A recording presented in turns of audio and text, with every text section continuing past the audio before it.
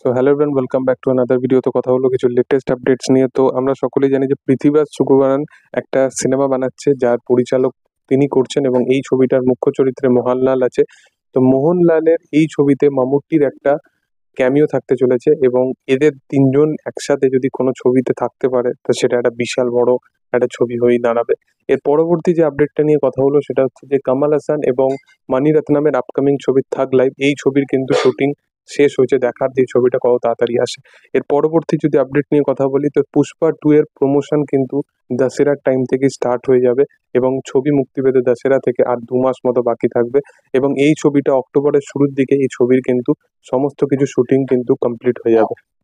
এর পরবর্তী যদি আপডেট নিয়ে কথা বলি তো রামচরণের আপকামিং ছবি, যেটা শঙ্করের সাথে আসছে, গেম চেঞ্জার বলে, এবং এই ছবিটার পিছনে রামচরণ তার অনেক স্কেডিউল বা অনেক টাইম দিয়েছে, কিন্তু তারপরেও শঙ্কর রিসেন্ট টাইমে পুরো ছবিটাকে দেখে এবং কিছু কিছু সিকোয়েন্স তার মনে হয় যে এই ছবির চেঞ্জেসের দরকার আছে, কিন্তু রামচরণ সে নিজের এন্ড থেকে বলে দেয় যে সে আর কোনোভাবেই রিশুট করতে পারবে না, এবার তার অন্য ডেটসও আছে, এবং সেই কারণ ওয়াইজ সে এই ছবিটা মধ্যে একটা আপাতত একটা প্রবলেম দেখা যাচ্ছে। তো দেখার যে সেটা কি হয়। ইভেন শঙ্করের যদি লাস্ট ছবি দেখো, যেটা কামাল হাসানের সাথে এলো, ইন্ডিয়ান 2 বলে, সেই ছবিটা কিন্তু খুব বেশিভাবে পারফর্ম করেনি। দেখার যে গেম চেঞ্জার কিরকম কাজ হয়ে ওঠে।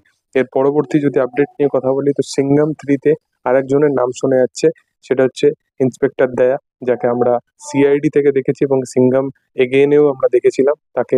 বেশ ভালো একটা অভিনয়, মানে অভিনেতা তিনি। তো দেখার যে তাকে অজয় দেবগানের সাথে মানে সিঙ্ঘম এগেইনে যেমন দেখেছিলাম সেরকমই রোল তাকে দেয় কিনা। এর পরবর্তী একটা ট্রেলার নিয়ে কথা বলবো, যেটার নাম হচ্ছে ভর্গ বলে, যে কাজটাতে মুখ্য চরিত্রে সৌরভ দাস এবং খরাজ মুখোপাধ্যায়কে আমরা দেখতে পাচ্ছি। এই কাজের ট্রেলারটা মানে খুব বিশেষভাবে আমি বলবো না যে বিশাল কিছু, তবে বাংলা কাজ একটুখানি কমার্শিয়ালি অ্যাটেম্প্ট করা আছে। তো দেখার যে কাজটা কেমন হয়। আমার ট্রেলারটা খুব বেশি ভালো লাগেনি, কিন্তু আমি আশা করবো যে এই কাজটা ভালো হোক, আমি এটাই চাইবো, কারণ ছবির যে অভিনেতারা আছে তারা কিন্তু খুব ভালোই। এর পরবর্তী যদি আপডেট নিয়ে কথা বলি তো লোকেশ কানাগরাজের এলসিইউ এর আপকামিং ছবির নাম হতে চলেছে বন্সি বলে, বেন্স বলে, এবং এই কাজটাতে আমরা আহ, যে ছবির যে মেন রাইটার হিসেবে আমরা যাকে দেখবো সেটা লোকেশ কানাগরাজেরই অ্যাজ এ রাইটার হিসেবে আমরা দেখতে পেতে চলেছি, এবং এই কাজটাও ডিরেক্ট করবে লোকেশ নিজে। এবং এর সাথে সাথে ক্যাথি 2 এই কাজটাও কিন্তু 2025 সালে আসবে, এটা কিন্তু কার্থির এন্ড থেকে জানিয়ে দেওয়া হয়েছে, এবং এখানে কিন্তু সূর্যা ভার্সেস কার্থি এটা আমরা দেখতে পাবো।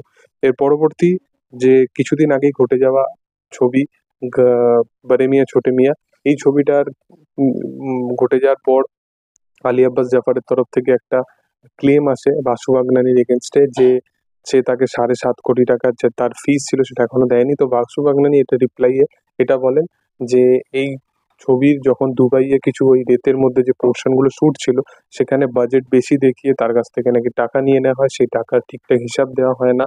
তো এইরকম বড় প্রবলেম, এরকম বড় বড় দুটো নামের মধ্যে এরকম বড় বড় অ্যালিগেশন উঠতে দেখা যাচ্ছে। তো বলিউডের এই হচ্ছে ব্যাপার। এর পরবর্তী হচ্ছে সালমান খানের সিকান্দারকে নিয়ে। তো সিকান্দার বলে ছবিটা, এই ছবিটার কিন্তু গতকালকে একটা Salman Khan still photo upload করে, এবং যেখানে ব্যাকগ্রাউন্ডে সিকান্দার লেখা থাকে।